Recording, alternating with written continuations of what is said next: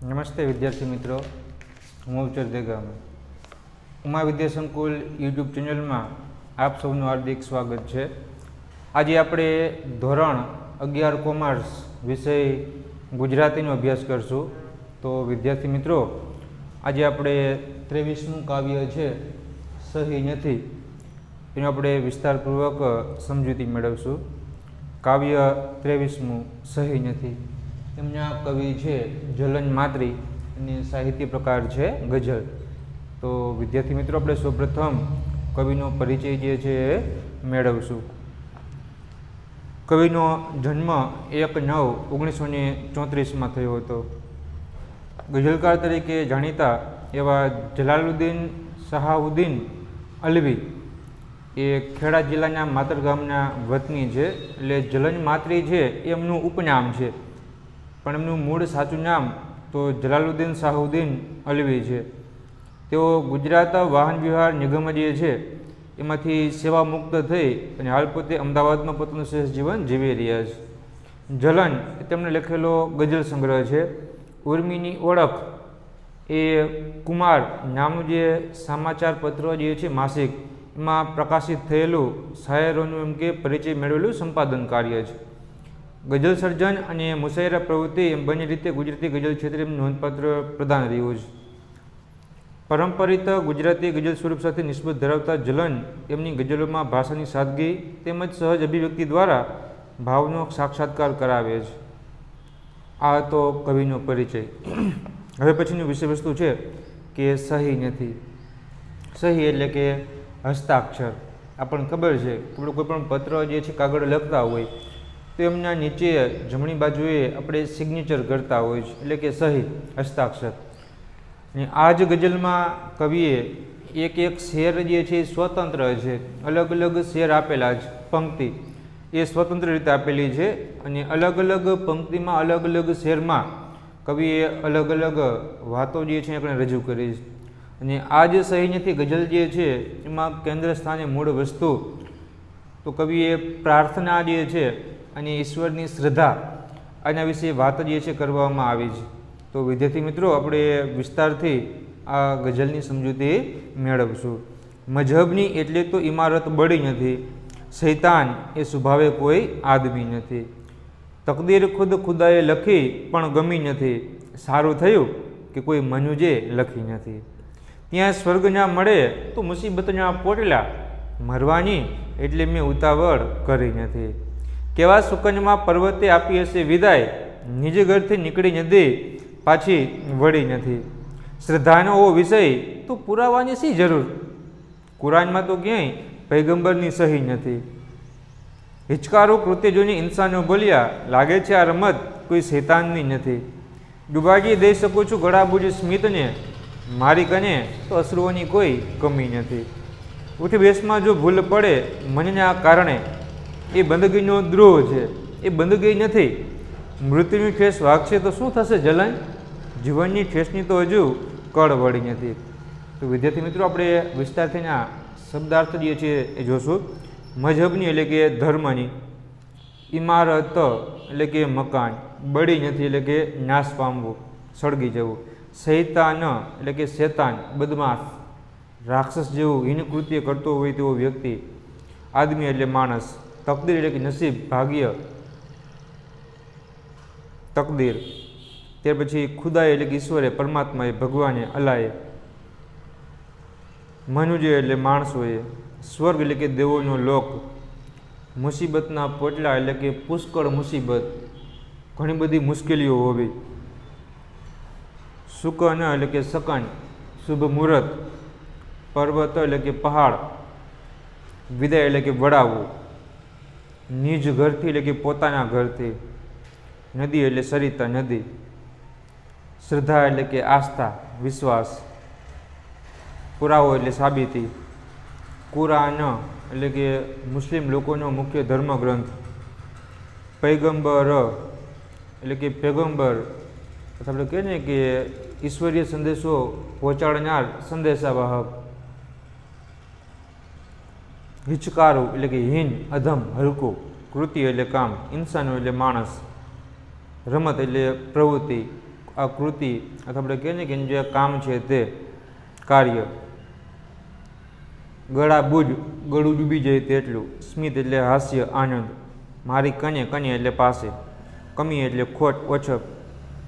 તે પછી ઉઠ બેસમાં એટલે જીવનના કામકાજમાં.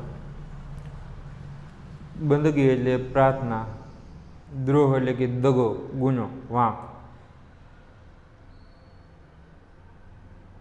તો અહીંયા કણે પછી છેલ્લે કળ વળવી એટલે કે દુઃખમાં રાહત થવું.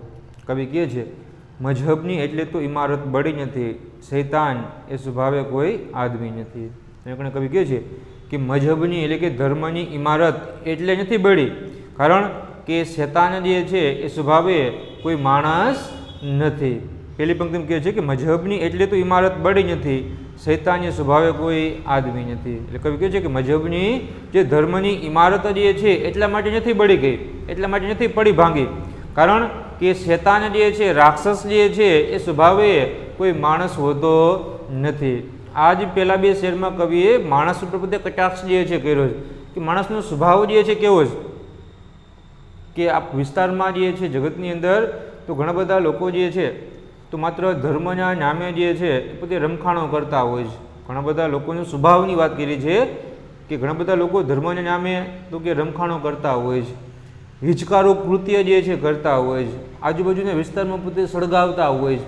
ખરેખર આપણે કવિ કહે છે કે લોકો કરતાં તો શૈતાન રાક્ષસ જે છે એ સ્વભાવે વધુ સારો હોય છે. એટલે કે શૈતાન કરતાં પણ વધારે ક્રૂર, ઘાતકી જે છે એ માણસને બતાવવામાં આવ્યો છે. એટલે કીધું છે કે મજહબની એટલે તો ઇમારત બળી નથી, શૈતાનના સ્વભાવે કોઈ આદમી નથી. એટલે કે ધર્મની ઇમારત જે છે એ બળીને ભાંગી નથી ગઈ, કારણ કે શૈતાન જે છે, રાક્ષસ જે છે એ સ્વભાવે કોઈ માણસ નથી. કારણ કે માણસનો સ્વભાવ જ એવો છે કે આપણે જોઈએ છીએ કે માણસ ધર્મના નામે અનેક એવા રમખાણો જે છે, અનેક એવા દંગા પ્રસાદ જે છે, અનેક એવા તોફાનો જે છે કરતા હોય છે, અનેક એવા હિચકારો, હીન કૃત્ય જે છે, હલકા કૃત્ય જે છે પોતે કરતા હોય છે.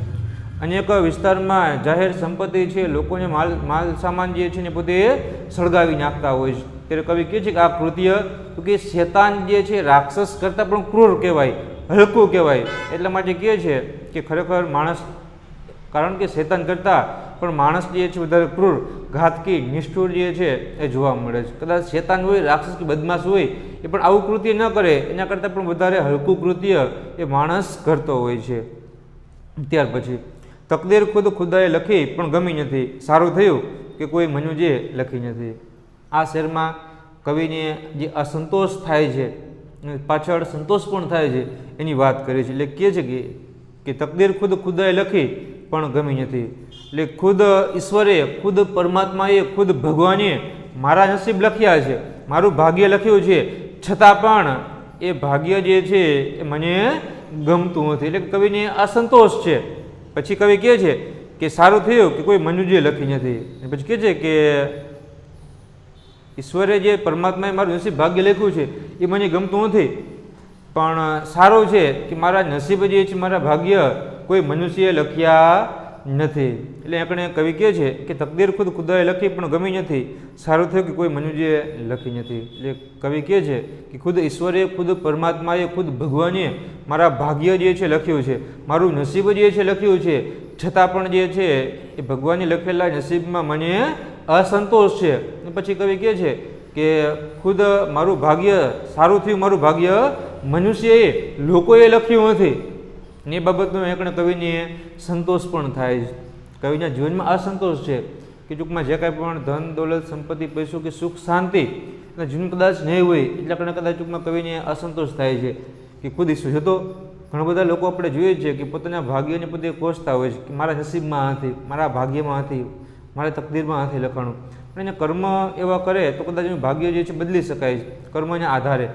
એટલે અહીંયા કવિ કહે છે કે ખુદ ઈશ્વરે, પરમાત્માએ મારા નસીબ, કે જે ઈશ્વર કોઈપણ પ્રકારના ભેદભાવ વિના એ પોતે વ્યક્તિના જેવા કર્મના આધારે જે છે નસીબ પોતે લખતો હોય છે, છતાં પણ જે છે આપણે તો કે કવિને પોતાનું ભાગ્ય જે છે ઈશ્વરે, પરમાત્માએ ખુદ લખ્યું, છતાં એમ કે ગમતું નથી, એની અસંતોષ છે.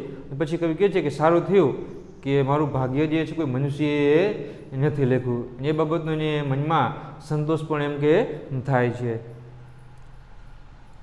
ત્યાં સ્વર્ગ ના મળે તો મુસીબતના પોટલા, મરવાની એટલે મેં ઉતાવળ કરી નથી.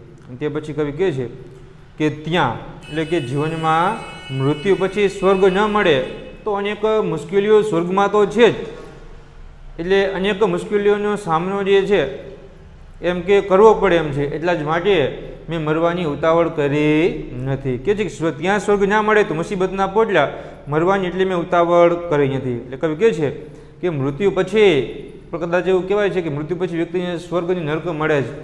તો આમાં પણ ટૂંકમાં આપણે કવિ જે છે પોતે સ્વર્ગ વિશે પોતે કેવી શંકા કરે છે કે મૃત્યુ પછી પણ જો એમ કે સ્વર્ગ એમ કે નહીં મળે તો અનેક મુશ્કેલીઓ જે છે એનો સામનો કરવો પડશે. એટલે કે છે અનેક મુશ્કેલીઓનો સામનો તો એમ કે કરવાનો જ છે, એટલા જ માટે મેં મરવાની ઉતાવળ જે છે કરી નથી. એટલે કવિ કહે છે કે ત્યાં સ્વર્ગ ના મળે તો મુસીબત ના પહોંચ્યા, મળવાની એટલે મેં ઉતાવળ કરી નથી. એટલે કે મૃત્યુ પછી કદાચ જો સ્વર્ગ નહીં મળે તો કદાચ નરકમાં જવું પડે અને કદાચ મુશ્કેલીઓ છે, દુઃખ છે, સમસ્યા, વેદના કે દુઃખ જે છે એમ કે ભોગવવું પડે. તો એ દુઃખમાંથી ટૂંકમાં ધીમે ધીમે બહાર એમ કે નીકળવાનું છે. તો એટલા માટે કવિ કહે છે કે મેં મરવાની ઉતાવળ એટલે કરી જ નથી. એટલે એકને ટૂંકમાં કવિ કહે છે કે જીવનમાં અનેક દુઃખ, વેદના, અનેક એવી કદાચ પારાવાર કદાચ મુશ્કેલીઓ આવશે, તો એ મુશ્કેલીઓમાંથી કદાચ ટૂંકમાં કહે ને કે બહાર તો એમ કે નીકળવાનું જ છે. કદાચ મુશ્કેલીનો સામનો કરે નહીં, મુશ્કેલીમાંથી બહાર એમ કે નીકળી જશું. એટલા માટે મેં મરવાની ઉતાવળ નથી. એટલે કદાચ ગમે ત્યારે એમ કે મૃત્યુ આવે, અહીંયા પણ કદાચ અનેક સમસ્યા, દુઃખ, વેદના, વ્યથા, મુશ્કેલી આવી પડે છે, તો એ ધીમે ધીમે કરતા મુશ્કેલીમાંથી આપણે એમ કે બહાર એમ કે નીકળી જશું અને સુખ જે છે કહેવાય ને કે આનંદ એમ કે માણશું. એટલા જ માટે કહેવાય ને કે મરવાની ઉતાવળ નથી. કદાચ મરી જાય ને કદાચ એમ કે દુઃખ, સમસ્યા, સંકટ, વેદના કે મુસીબતમાં કદાચ હિંમત હારી અને મરી જાય, કદાચ મેર્યા પછી કદાચ સ્વર્ગ નહીં મળે તો ત્યાં પણ પાછું કહેવાય ને કે મુશ્કેલી તો છે જ. તો જીવનમાં જે છે પૃથ્વી ઉપર જે કંઈ પણ જન્મ મળ્યો છે એમાં સુખ, દુઃખ, પીડા, આપત્તિ, સમસ્યા, સંકટ કે વેદના આવી પડી છે. પછી વેદનામાંથી ધીમે ધીમે કરતાં કહે ને કે બહાર એમ કે નીકળી જશું અને આનંદથી જીવન જે છે જીવશું. એટલા માટે કવિ કહે છે કે મેં મરવાની પણ ઉતાવળ નથી કરી. કેવા સુકનમાં પર્વતે આપી હશે વિદાય, નિજ ઘરથી નીકળી નથી, પાછી વળી નથી. આપણે કવિ કહે છે કે કેવા એટલે કે પર્વતે જે છે એટલે કે પર્વતરૂપી પિતાએ પોતાની નદીરૂપી પુત્રીને કેવા સકનમાં કયા શુભ ચોઘડીએ પોતાના ઘરેથી એમ કે વિદાય એમ કે આપી હશે કે આજ દિવસ સુધી પર્વતમાંથી નીકળેલી નદી સમુદ્રને મળી જાય છે પણ પાછી પોતાના પર્વતને ક્યારેય મળતી નથી. એટલે કહે છે કે કેવા સુકનમાં પર્વતે આપી હશે વિદાય, નિજ ઘરથી નીકળી નદી, પાછી વળી નથી. એટલે કહે છે કે પર્વતરૂપી પિતાએ પોતાની નદીરૂપી પુત્રીને કયા શુભ ચોઘડીએ કયા સકનમાં પોતાના ઘરેથી એમ કે વળાવી હશે કે આજ દિવસ સુધી પોતાના પિતૃ ઘરેથી નીકળેલી નદી પાછી પોતાના પિતાના ઘરે ક્યારેય પાછી ફળી નથી. આપણને ખબર છે કે પહાડમાંથી નદી જે છે નીકળે છે ઝરણા સ્વરૂપે, ધીમે ધીમે કરતાં મોટું વિશાળ સ્વરૂપ ધારણ કરી નદી આગળ વહેતી વહેતી સમુદ્રને મળી જાય છે. પણ પહાડમાંથી નીકળેલું પાણી ઝરણું જે છે એ નદી સ્વરૂપે પોતે સમુદ્રમાં મળી જાય છે, પણ સમુદ્રમાંથી કહીને કે નદી પાછી જે છે એ પર્વત સુધી ક્યારેય પાછી પહોંચી શકતી નથી. શ્રદ્ધાનો વિષય તો પુરાવાની શી જરૂર?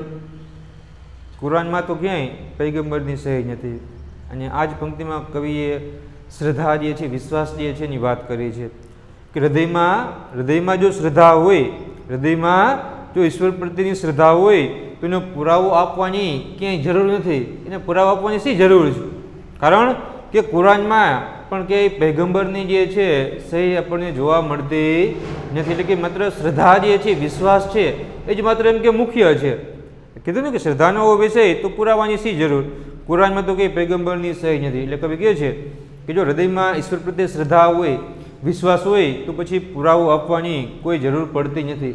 પુરાવો આપવાની શી જરૂર છે? કારણ કે કુરાન જે છે એ કુરાનમાં પણ પૈગંબરની ક્યાંય સહી કરવામાં આવતી નથી, પૈગંબરની સહી ક્યાંય જોવા મળતી નથી. છતાં પણ તો એમાં માત્ર આપણને કેમ વિશ્વાસ છે. એટલે કહે છે કે માત્ર ઈશ્વર પ્રત્યે આપણને પૂરેપૂરી શ્રદ્ધા જે છે, વિશ્વાસ જે છે કે ટૂંકમાં જે કાંઈ પણ એના પ્રત્યેની આસ્થા જે છે એ આસ્થા આપણને એમ કે હોવી જોઈએ.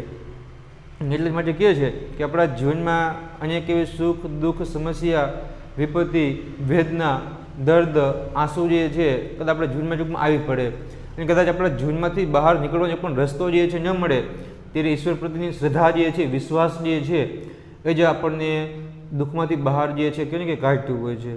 કદાચ દુઃખના સમયમાં આપણે કોઈ પણ પુરાવો જે છે, સાબિતી જે છે એ સાબિતી આપવાની જરૂર પડતી નથી. કારણ કે જ્યારે માનવીના જીવનમાં હતાશા, નિરાશા છવાઈ જાય છે, દુઃખના ડુંગરો કદાચ ટૂંકમાં તૂટી પડે છે, કદાચ વેદના આંસુ ટૂંકમાં છલકાઈ જાય છે, અને ત્યારે એ વ્યક્તિને ઈશ્વર ઉપર જ માત્ર શ્રદ્ધા હોય છે, ઈશ્વર ઉપર જ માત્ર વિશ્વાસ હોય છે, અને ત્યારે એને પુરાવો આપવાની કોઈ જરૂર નથી હોતી, અને એ જ ઈશ્વર પરમાત્મા છે માત્ર શ્રદ્ધાના આધારે જ એ વ્યક્તિના જીવનમાં એ દુઃખમાંથી બહાર જે છે એ કાઢતો હોય છે.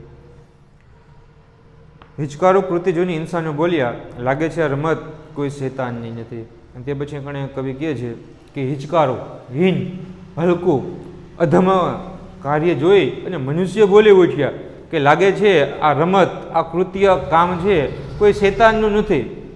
એટલે કે શૈતાન કરતાં પણ વધારે ક્રૂરતાપૂર્વક કાર્ય જે છે એ મનુષ્ય કરી શકે છે. એ કીધું કે હિચકારો કૃત્ય જોઈને ઇન્સાનો બોલ્યા, લાગે છે આ રમત કોઈ શૈતાનની નથી. એટલે કે હિચકારો, હીન, હલકું, અધમ, હલકું કાર્ય, કૃત્ય જોઈને માણસો જે છે માણસો બોલી ઉઠ્યા કે આ કૃત્ય જે કોઈ પણ વ્યક્તિએ આ કામ કર્યું છે એ કામ કોઈ શૈતાને નથી કર્યું, કોઈ રાક્ષસે નથી કર્યું, કોઈ બદમાશે નથી કર્યું. કારણ કે એવું કૃત્ય જે છે તો કે માત્ર મનુષ્ય જ કરી શકે. કારણ એટલે કે છે કે શૈતાન કરતાં પણ વધારે ક્રૂર, ઘાતકી, નિષ્ઠુર એ કાર્ય માણસ જે છે એ કરી શકે છે.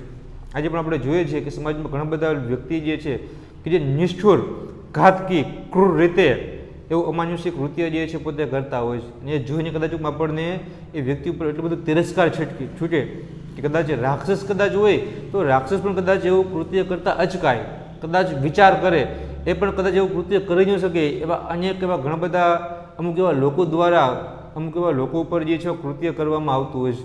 એટલા માટે ઘણા કવિ કહે છે કે અમુક પ્રકારના લોકો હિચકારું, હીન, હલકું એમ કે કૃત્ય કરતા હોય છે કે કૃત્ય જોતા ટૂંકમાં માણસો પણ કહ્યું છે, માણસોને પણ ખબર પડી જાય કે આ કામ જે છે કોઈ શૈતાનનું નથી, કોઈ રાક્ષસનું નથી, કોઈ બદમાશનું નથી. કારણ કે આ કામ કદાચ કોઈ હીન, હલકા કદાચ માણસનું કદાચ આ કાર્ય હશે. કારણ કે માણસ સિવાય આવું ક્રૂર, ઘાતકી કાર્ય છે બીજું કોઈ કરી શકે નહીં. ડુબાડી દઈ શકું છું ગળાબુજ સ્મિતને, મારી કહીને તો અશ્રુઓની કોઈ કમી નથી. અહીંયા કવિ કહે છે કે ગળાબુજ, ગળું ડૂબી જાય એટલે સ્મિતને પણ હું ડુબાડી દઈ શકું એમ છું, કારણ કે મારી પાસે તો આંસુઓની કોઈ કમી નથી. કવિ કહે છે કે ડુબાડી દઈ શકું છું ગળાબુજ સ્મિતને, મારી કહીને તો અશ્રુઓની કોઈ કમી નથી. એટલે કવિ કહે છે કે ગળું ડૂબી જાય, ગળાબુજ સ્મિતને, એ કદાચ ગળું ડૂબી જાય એટલું સ્મિત, હાસ્ય કે આનંદને હું ધારું ને તો ડુબાડી દઈ શકું એમ છું, કારણ કે મારી પાસે અશ્રુઓ જે છે, આંસુઓની કોઈ એમ કે કમી જ નથી. એટલે કવિ કહે છે કે જીવનમાં ગળું મારું ડૂબી જાય એના કરતાં પણ ગળું ડૂબી જાય એટલું સ્મિત જે છે, હાસ્ય, આનંદ જે છે ને એને પણ ડૂબાડી દેવાની મારી પાસે તાકાત છે. કારણ કે ગળું ડૂબી જાય એના કરતાં પણ વિશાળ પ્રમાણમાં મારી પાસે કહે ને કે આંસુ જે છે, દુઃખ છે, વેદના, વ્યથા જે છે કે જે દુઃખ, વેદના, વ્યથા, આપત્તિ, સમસ્યા કે વિપત્તિમાં જ મારું જે હાસ્ય છે, આનંદ જે છે એ એમ કે વિલાઈ જાય છે. એટલે કવિ કહે છે કે જીવનમાં એટલે કે મારા એમ કે જીવનમાં મારા સ્મિત જે છે, મારું હાસ્ય, મારું આનંદ જે છે અસ્તિત્વ એમ કે રહેશે જ નહીં. કેમ? એટલે કવિ કહે છે કે મારા ચહેરા ઉપર જે આનંદ જે છે, હાસ્ય છે, ઉમંગ જે છે હવે પછી ટૂંકમાં કરીને કે જોવા જ નહીં મળે. મારા મોઢું જે છે એ મોઢા પર ટૂંકમાં હસતો ચહેરો ક્યારેય જોવા જ નહીં મળે. કારણ કે મારા જીવનમાં જેટલું ટૂંકમાં સુખ, આનંદ, ઉમંગ કે હાસ્ય છે એના કરતાં પણ અનેક ગણું વધારે તો મારા જીવનમાં દુઃખ, વેદના, પીડા, આપત્તિ, સમસ્યા, સંકટ કે આંસુ જે છે એ ખૂબ જ એમ કે પુષ્કળ પ્રમાણમાં છે. મારા જીવનમાં એટલું બધું દર્દ, દુઃખ, વેદના, પીડા કે વ્યથા છે કે દુઃખ, દર્દ, વેદના, વ્યથા કે પીડામાં જ મારું હાસ્ય જે છે એ દબાઈ જશે. ઉઠ બેસમાં જો ભૂલ પડે મનના કારણે એ બંદગીનો દ્રોહ છે, એ બંદગી નથી. તે પછી કવિ કહે છે કે ઉઠ બેસમાં એટલે કે ઉઠ બેસમાં જીવનના કામ કરવામાં કદાચ ભૂલ પડે તો એ મનના કારણે એ પડતી હોય છે.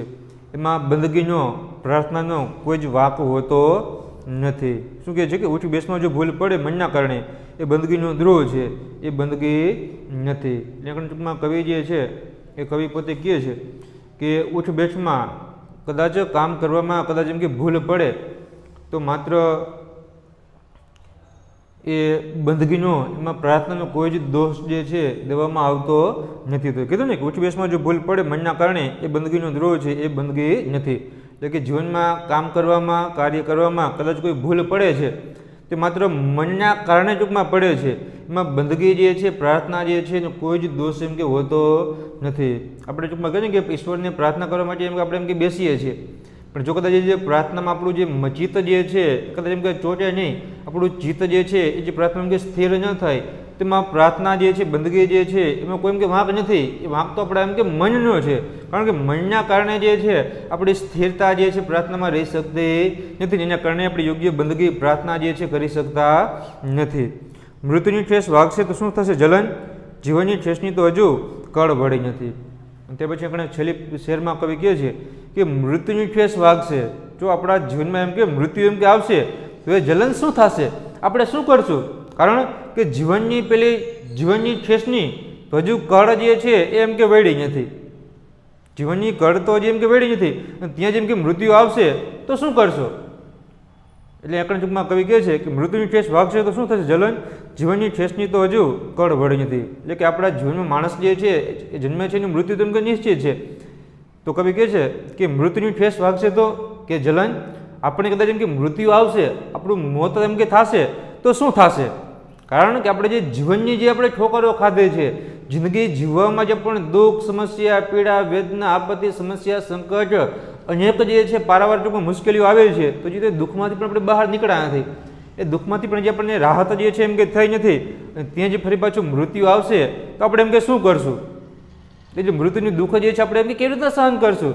કારણ કે જીવનમાં આજે જે ઘણી બધી ઠોકરો ખાધી છે, ઘણી બધી ઠેસ ખાધી છે, એ ઠોકરમાંથી પણ જે આપણે બહાર એમ કે નીકળ્યા નથી. એટલે કે જીવનમાં જેટલી આપણે ભૂલથાપ ખાધી છે, ઘણી બધી ટૂંકમાં આપણે ભૂલો કરી છે, ઘણી બધી સમસ્યાઓ, સંકટનો આપણે સામનો કર્યો છે, ઘણું બધું આપણે દુઃખ આવી પડ્યું છે, તો એ આઘાતમાંથી જે આપણે બહાર નીકળ્યા નથી, એ દુઃખમાંથી જે આપણે ટૂંકમાં દુઃખ હળવું થયું નથી, અને ફરી પાછું મૃત્યુ આવશે તો મૃત્યુનું દુઃખ જે છે આપણે કેવી રીતના સહન કરશું? એટલે આપણે કવિ મૃત્યુ જે છે એની બધી વાત કરે છે કે જો જીવનમાં આપણને મૃત્યુ આવશે તો શું થશે? જલન.